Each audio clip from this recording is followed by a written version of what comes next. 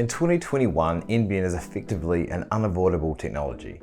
Be it business or personal, NBN is now the default position for any new connections. We find customers will often determine their site location and rollout strategy dependent on what is actually available on that site. For all information that is out there, the complexity still troubles many IT and ICT professionals alike. So, in this week's episode, we break down the different NBN connection types and exactly what you need to do to maximise your network stability. Roll the intro.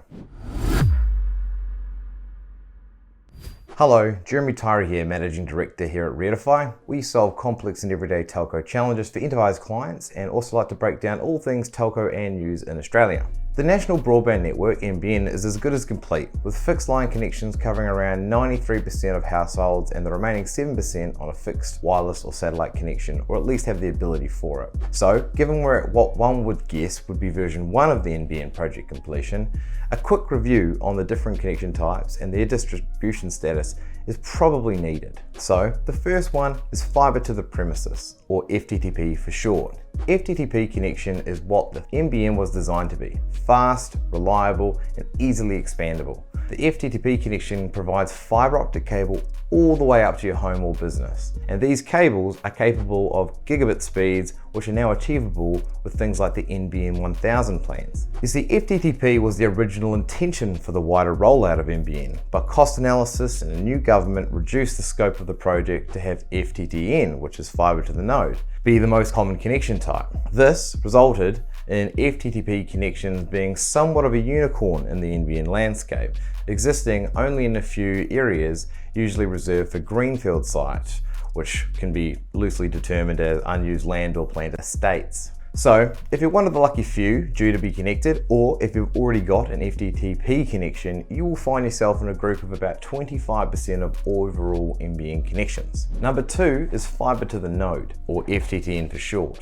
FTTN makes use of the existing copper cables instead of the more modern fibre optic cables, and which have far greater bandwidth than their copper counterparts. So it was part of the greater rollout of the National Broadband Network and is the most common connection type now in 2021, designed to be cheaper and easier to roll out. For FTTN, fibre optic cables is run from a point of interconnect or POI to a central box in your neighbourhood or street, and they refer to that as a node. A node, often several hundred metres away from your home or business, has NBN fibre connected to it. NBN claims that about 66% of nodes are within 450 metres of copper from your home or business. So just imagine being the 1/3 of customers who are more than 450 metres from that. From there, the fibre signal is converted into VDSL2 to transverse the copper wires, which is now greatly owned by NBN, to a distribution point at your site.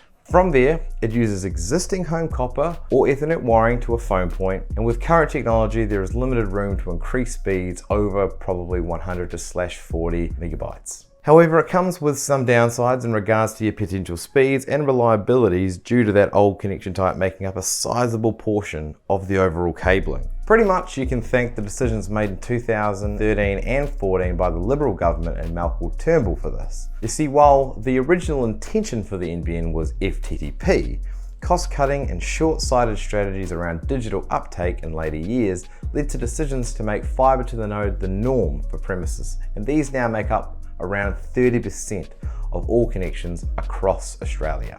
The third type is Fibre to the Building, or FTTB. Fibre to the Building is seen in apartment or commercial buildings where there are multiple properties needing internet connections. Fibre to the Building involves running a fibre optic cable directly to the building's communications rooms, where it connects an NBN node. From the node, copper wiring or any pre-existing wiring that may exist in the building is used to travel up the building and distribute NBN access to all the offices and apartments, where your connection is delivered through the phone socket. Make no mistake about it, Fibre to the Building is designed to be cheap, and in many ways is a decent compromise technology between Fibre to the Premises and Fibre to the Node.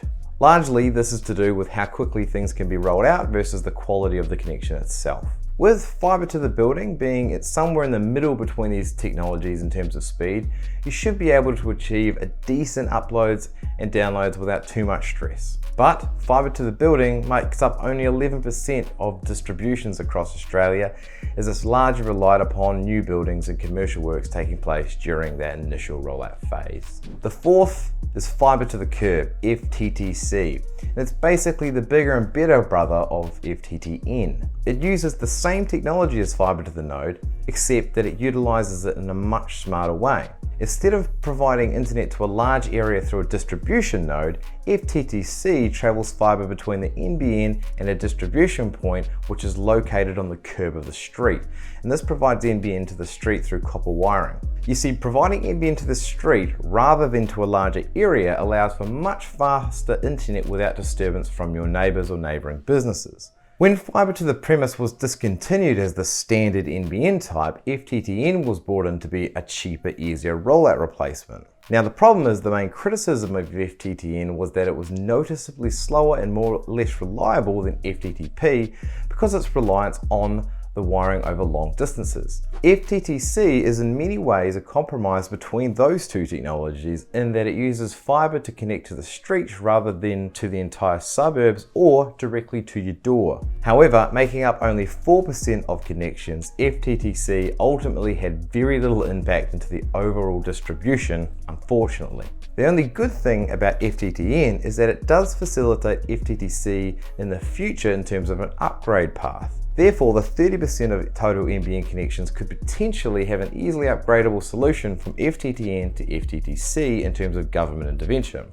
Although it seems likely at this point that that budget would go more towards HFC, when upgrades have already been announced for FTTN to FTTP as part of a $6 billion initiative. Number 5 is hybrid fibre coaxial, or HFC. HFC is effectively the ugly duckling of the connection type family within NBN. We could really go on all day about just how bad of an idea it was to utilize HFC technology for NBN, but we'll save that for its own entire episode. So while most people know that NBN's fibre to the node product is far from ideal, and to be sure, it does definitely have its own issues, even if FTTN is considered by experts to be preferable to HFC. You see, HFC is known as the old cable internet solutions that were so loved during the ADSL era. This type of internet has been available for some time now through both Telstra and Optus, with both supplying cable internet to selected regions, mainly in cities and suburbs, for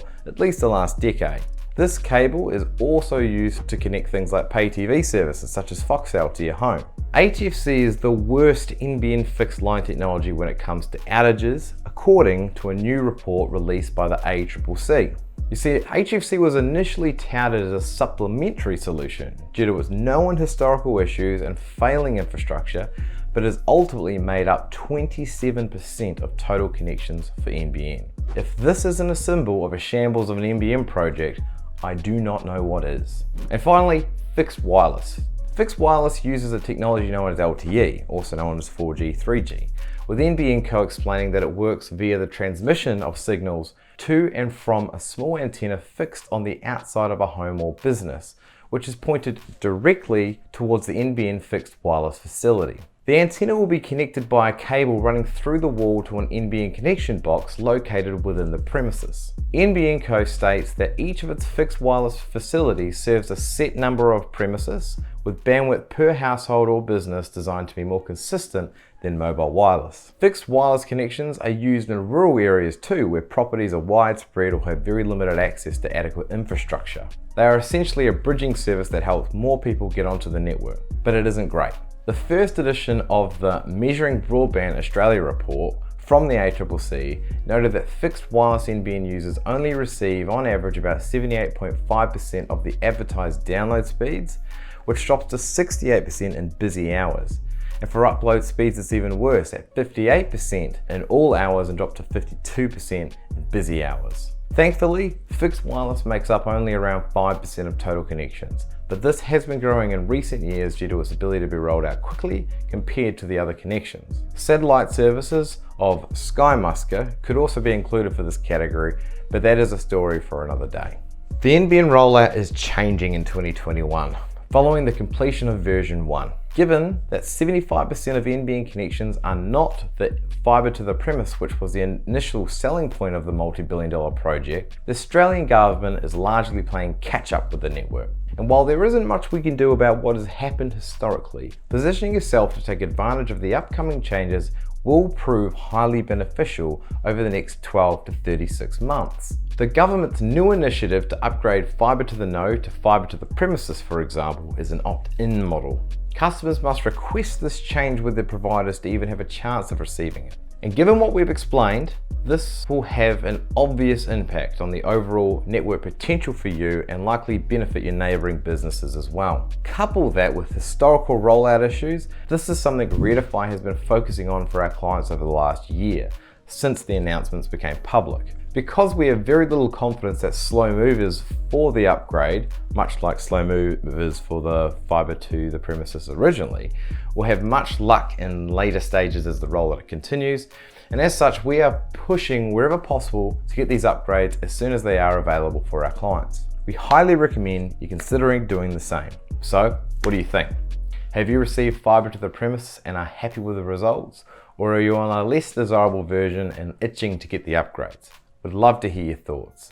Until next time, check your bills and know your numbers.